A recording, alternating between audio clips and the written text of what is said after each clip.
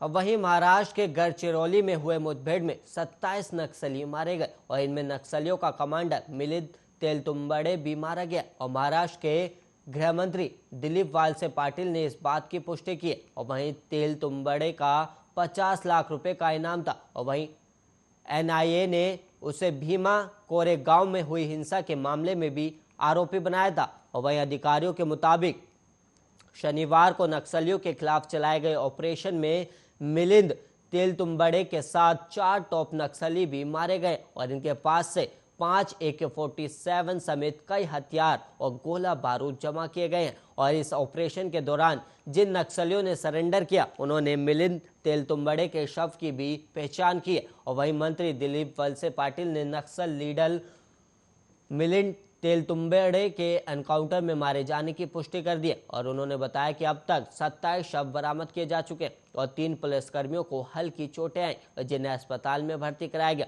और वहीं मिलिंद के कई नाम थे, वो दीपक, प्रवीण, अरुण और सुधीर के नाम से भी जाना जाता था। और तेलतुंबड़े की पहचान एक खूंखार और कुख्यात नक्सली के तौर पर थी और पुलिस ने उसके ऊपर 50 लाख रुपए का इनाम भी रखा हुआ था। और भीमा कोरेगांव हिंसा मामले में एनआईए ने तेलतुंबड़े को आरोपी बनाया और उसे फरार घोषित कर रखा था। और वहीं मिलिंद तेलतुंबड़े नई भर्तियों को वारदातों को अंजाम देने के लिए गोरिल्ला ट्रेनिंग देता था और 1 मई 2019 को गढ़चिरौली में हुए आईईडी ब्लास्ट के पीछे भी तेलतुंबड़े का ही हाथ माना जाता था। और उसकी पत्नी एंजेला सोनटाके को 2011 में गिरफ्तार किया गया था और उसकी पत्नी भी कई अपराधों में शामिल रही।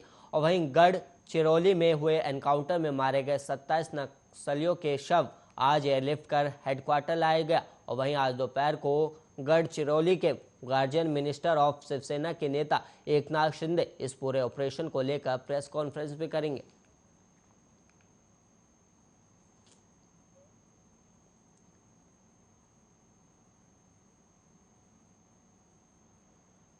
मणिपुर में सेना के जवानों पर उग्रवादी हमले के खिलाफ देश भर में गुस्सा है और इस हमले में असम राइफल्स के कमांडिंग ऑफिसर मेजर विप्लव त्रिपाठी समेत 5 जवान शहीद हो गए।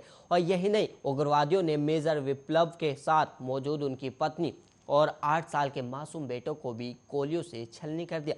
और इस हमले की जिम्मेदारी उग्रवादी संगठन पीपुल्स लिबरेशन आर्मी और मणिपुर नागा पीपुल्स फ्रंट ने ली है। और म्यांमार से सटे मणिपुर के चूराचांदपुर जिले में 46 असम राइफल्स के कमांडिंग ऑफिसर कर्नल विप्लव त्रिपाठी के काफिले पर उस वक्त घात लगाकर हमला किया गया जब ये परिवार के साथ बटालियन हेडक्वार्टर लौट रहे थे। और उग्रवादियों ने पहले आईईडी ब्लास्ट किया और फिर काफिले में चल रही गाड़ियों पर अंधाधुंध फायरिंग कर दी। और हमले की प्लानिंग इतनी पुख्ता थी कि किसी को संभालने का मौका नहीं मिला। और मेजर विप्लव त्रिपाठी और उनकी पत्नी अनुजा त्रिपाठी और 8 साल के बेटे आशीष ने मौके पर ही दम तोड़ दिया। और इस हमले में मेजर और उनके परिवार के अलावा राइफलमैन सुमन स्वर्गियारी और खतनई कोन्याक आरपी मीणा और श्यामलाल दास में शहीद हो गए।